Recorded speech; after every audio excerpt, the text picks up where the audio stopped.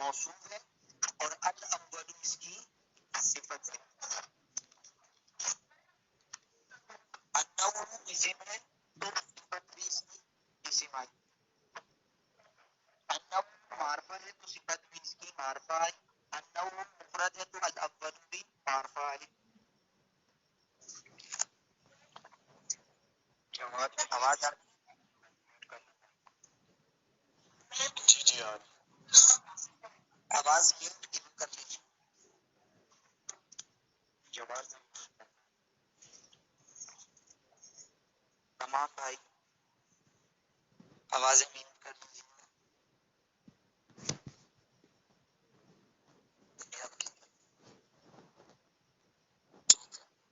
تو دیکھیں النوع الاول پہ بحث کرتے ہوئے سوال ہوا کہ النوع اسی میں تو کیسے پہچانا ہے اس میں. ہم نے کہا اسم کی تعریف ہے ما دل علی معنی فی نفسها ولم یقترن معناها بأحد الازمنة الثلاث. اسم وہ کلمہ ہے جو معنی فی نفسها پر یعنی خود بخود اپنے معنی پر دلالت کرتا ہے اور اس کا معنی تین زمانوں میں سے ایک کے ساتھ بھی نہیں پایا جا سکتا. لہٰذا یہ اسم ہے. تو ہم سوال کریں گے کہ اسم کی کتنی علامتیں اور اس میں کون سی پائی جا رہی ہے. تو جواب آئے گا اسم کی کثیر علامتیں. الف لام ہونا، تنوین ہونا، جر ہونا، حرف جر ہونا، مضاف ہونا، مصغر ہونا، موصوف ہونا، مسند الیہ ہونا اور واحد ہونا، تثنیہ ہونا، جمع ہونا، مستثنی ہونا، مستثنی منہ ہونا، بدل ہونا. یہ تمام کی تمام کیا ہے؟ علامات اسم ہے. لیکن سوال ہوگا النوع کو کیسے پہچانا یہ اسم ہے. تو جواب آئے گا اس پر کیا ہے؟ الف لام. الف لام ہے. الف لام بھی اسم کی ایک علامت ہے. لہٰذا یہ اسم ہونا اس کا کیا ہو گیا؟ ثابت ہو گیا. اب دوسرا سوال ہوگا کہ جب اسم ہونا ثابت ہو گیا تو اسم کی بہت اعتبارات سے تقسیم کی جاتی ہے. واحد، تثنیہ، جمع کے اعتبار سے، مفرد، مذکر مؤنث کے اعتبار سے، معرفہ نکرہ کے اعتبار سے. تو یہ ہم پہلا سوال کریں گے کہ یہ جو ہے مفرد، واحد، تثنیہ، جمع ہونے کے اعتبار سے کون سا اسم ہے. تو جواب کیا آئے گا؟ واحد. واحد. واحد. سوال ہوگا واحد کسے کہتے ہیں. تو جواب دیجیے گا ما دل علی مفرد، جو ایک چیز پر دلالت کرے اسے کیا کہتے ہیں؟ واحد کہتے ہیں. ٹھیک ہے، یہ واحد ہونا اس کا ثابت ہو گیا. جب تسنیہ کی بحث آئے گی تو ہم تسنیہ کے بارے میں بات کریں گے. ابھی ہم نے یہ سمجھا واحد ہم نے پہچان لیا. سوال ہوگا کہ مؤنث ہونے کے اعتبار سے یہ کیا ہے. تو کیا جواب آئے گا؟ مذکر. مذکر کی تعریف یہ ہوگی کلو ما لا یلد ولا یبید، ہر وہ چیز جو نہ انڈے دے سکے نہ بچے دے سکے.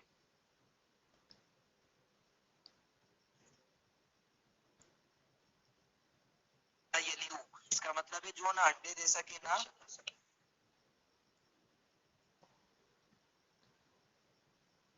ٹھیک ہو گیا. یہ جو ضروری باتیں سمجھ آتی ہوں انہیں لکھ لیا کریں تاکہ فائدہ ہو آپ کو. جی جی ٹھیک ہے. کلو ما لا یلد ولا یبید یہ مذکر کی تعریف ہے اور جب مؤنث کی آئے گی تو پھر وہاں بتا دیں گے. اب ہم نے سوال کرنا ہے یہ واحد بھی، واحد تثنیہ جمع میں سے ہم نے دیکھ لیا، مذکر مؤنث میں سے دیکھ لیا یہ مذکر ہے. معرفہ نکرہ میں سے دیکھنا ہے ہم نے. تو یہ کیا ہے؟ یہ معرفہ. معرفہ. معرفہ. معرفہ کی تعریف کیا ہے؟ ما دل علی معین، ما دل علی معین، جو کسی معین چیز پر دلالت کرے اسے کیا کہتے ہیں؟ معرفہ. معرفہ کے. ٹھیک ہے، سمجھ آیا؟ جی. ٹھیک. تو اب ہم نے اسم میں جتنی بھی باتیں کرنی تھی اس سے کر لی. آخری سوال یہ ہے کہ یہ عامل ہے یا معمول؟ یہ عامل ہے. النوع پہ جو رفع آیا یہ کس کی وجہ سے آیا اگر یہ عامل ہے تو؟ یہ عامل معنوی ابتدا. زبردست. تو لہٰذا یہ معمول ہوا جی. ایک جہت سے. جی.